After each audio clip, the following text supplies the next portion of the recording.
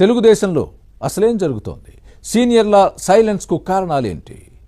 Was the story?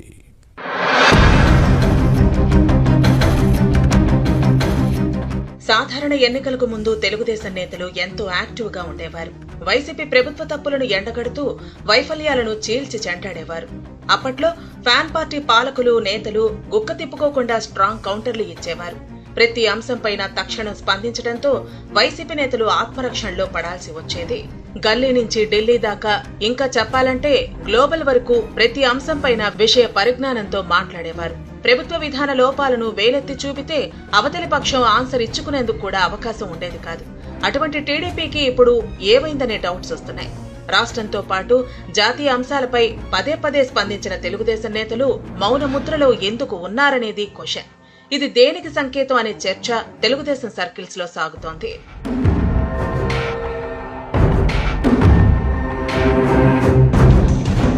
అసంతృప్తో అలకో కానీ ప్రతిపక్షాల నుంచి వస్తున్న విమర్శలను సరైన రీతిలో తిప్పికొట్టడం లేదు. కొందరు ఎమ్మెల్యేలు మనకెందుకులే అనే ధోరణిలో ఉన్నారు. మంత్రులుగా అవకాశం ఇవ్వలేదని మరికొందరు ముభావంగా ఉంటున్నారు. అంతా మినిస్టర్సే చూసుకుంటారు, మనకెందుకులే అని ఇంకొందరు అంటిముట్టినట్టుగా వ్యవహరిస్తున్నారు. కందకులేని దురద కత్తిపీటకెందుకు? పార్టీ నాయకత్వమే పట్టించుకోనప్పుడు తామెందుకు పులుపుకోవాలని ఆఫ్ ది రికార్డుగా సీనియర్లు చెబుతున్నారు. తెలుగుదేశంలో ఇప్పుడు కొత్తగా మంత్రులైన వారిలో 4-5 మినహా మిగతా వారు కూడా తమ నియోజకవర్గాలు, శాఖాపరమైన అంశాలకే పరిమితం అవుతున్నారు.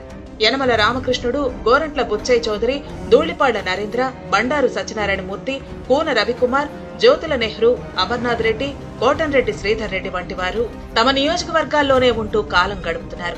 పార్టీ శ్రేణులకు అందుబాటులో ఉంటూ వారికి పనులు చేస్తున్నారు. గతంలో వీరంతా నిప్పు కణికల్లా స్పార్క్ గా ఉండేవారు.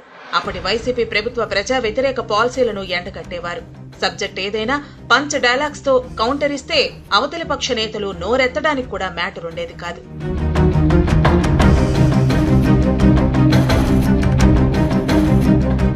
ఇక తిరుమల శ్రీవారి లడ్డు వివాదాన్ని తీసుకుంటే వైసీపీ అధినేత జగన్ విమర్శలకు టీడీపీ అధికార ప్రతినిధి పట్టాభి, మంత్రి పయ్యావులు కేశవ్ వంటి కొందరు నేతలు మినహా మిగిలిన వారు ధీటుగా కౌంటర్లు ఇవ్వలేకపోయారు. ఇంకొన్ని విషయాల్లోనూ ప్రభుత్వం వైఖరిని సమర్థిస్తూ మరికొందరు సీనియర్లు మీడియా ముందుకు ఎందుకు రాలేదనేదే క్వశ్చన్.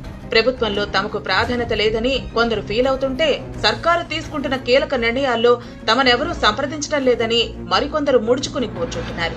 మంగళగిరిలోని తెలుగుదేశం కేంద్ర కార్యాలయానికి వస్తున్న నేతలందరూ ఇవే విషయాలను ప్రస్తావిస్తున్నారని టాక్. నామినేటెడ్ పదవుల భర్తీ కూడా టీడీపీ సీనియర్లలో అసంతృప్తికి కారణమైంది. దీనిపై కసరత్తు చేస్తున్నామని పొలిట్ బ్యూరోలో చెప్పిన ముఖ్యమంత్రి చంద్రబాబు తుది నిర్ణయం తీసుకునే ముందు ఎవరినీ సంప్రదించలేదనే కోపంలో కొందరు నేతలున్నారు. కేవలం 20 కార్పొరేషన్లకు చైర్మన్లు, డైరెక్టర్లను ప్రకటించడం వరకే పరిమితం అవటంపై సీనియర్లు గరంగా ఉన్నారట.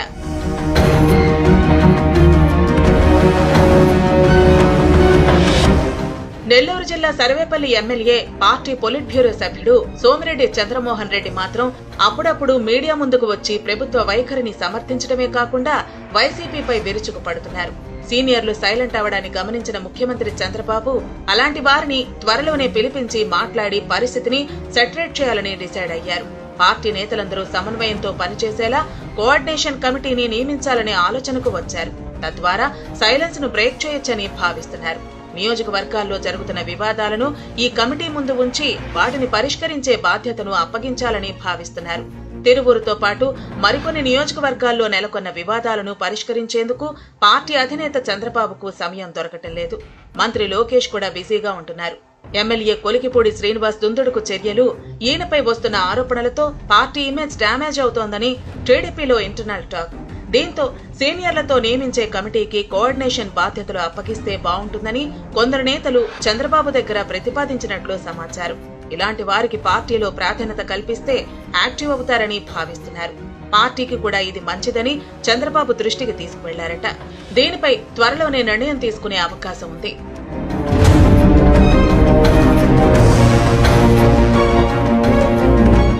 సహజంగా పార్టీ అధికారంలో ఉన్నప్పుడు తెలుగుదేశం పదవులకు అంత ప్రాధాన్యత ఉండదు. కానీ సీనియర్లు సైలెంట్ అవటంతో ప్రభుత్వ విధానాలు, పార్టీ వైఖరి బలంగా జనంలోకి వెళ్లటం లేదని విశ్లేషణలు ఉన్నాయి. కొత్త తరాన్ని ప్రోత్సహించాల్సిందే, కానీ ఇదే సమయంలో పాత తరాన్ని పూర్తిగా పక్కన పెట్టి విస్మరించకూడదని కూడా మరికొందరు సూచిస్తున్నారు. చంద్రబాబు ఏ నిర్ణయం తీసుకుంటారో చూడాలి.